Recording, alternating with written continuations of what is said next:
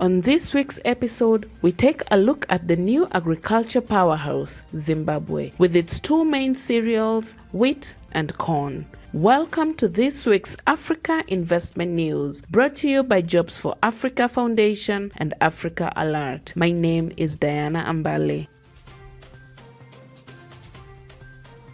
Zimbabwe registered its largest wheat harvest in 2022. With 375,000 tons, making the country a self-sufficient agricultural powerhouse.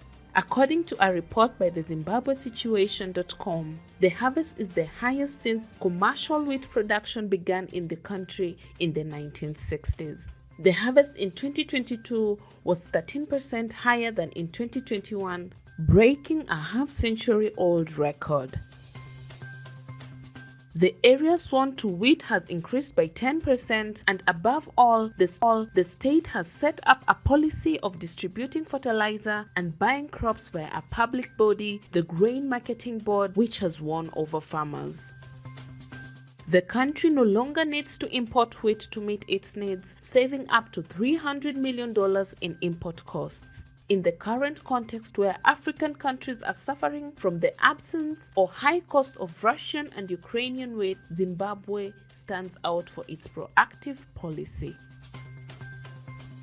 Corn is Zimbabwe's principal food crop. According to a June 2022 Foreign Agricultural Service Grain and Feed Annual Report, Zimbabwe's corn crop for marketing year 2022 to 2023 is estimated to be at 1.6 million metric tons, 43% less than the 2.7 million metric tons produced in marketing year 2021 to 2022. As a result, the government of Zimbabwe enacted a ban on corn imports introduced in May 2021 and announced a plan to import 400,000 metric tons. Macroeconomic challenges, suboptimal weather, and high input costs contributed to the production drop.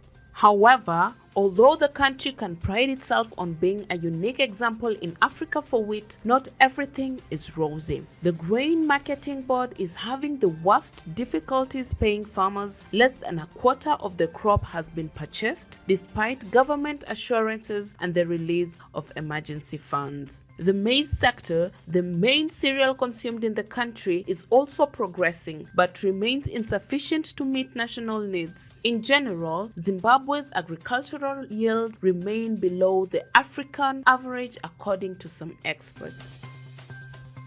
That's it for today. For more of Africa's investment news, subscribe to our channel and click the notification bell. See you next week.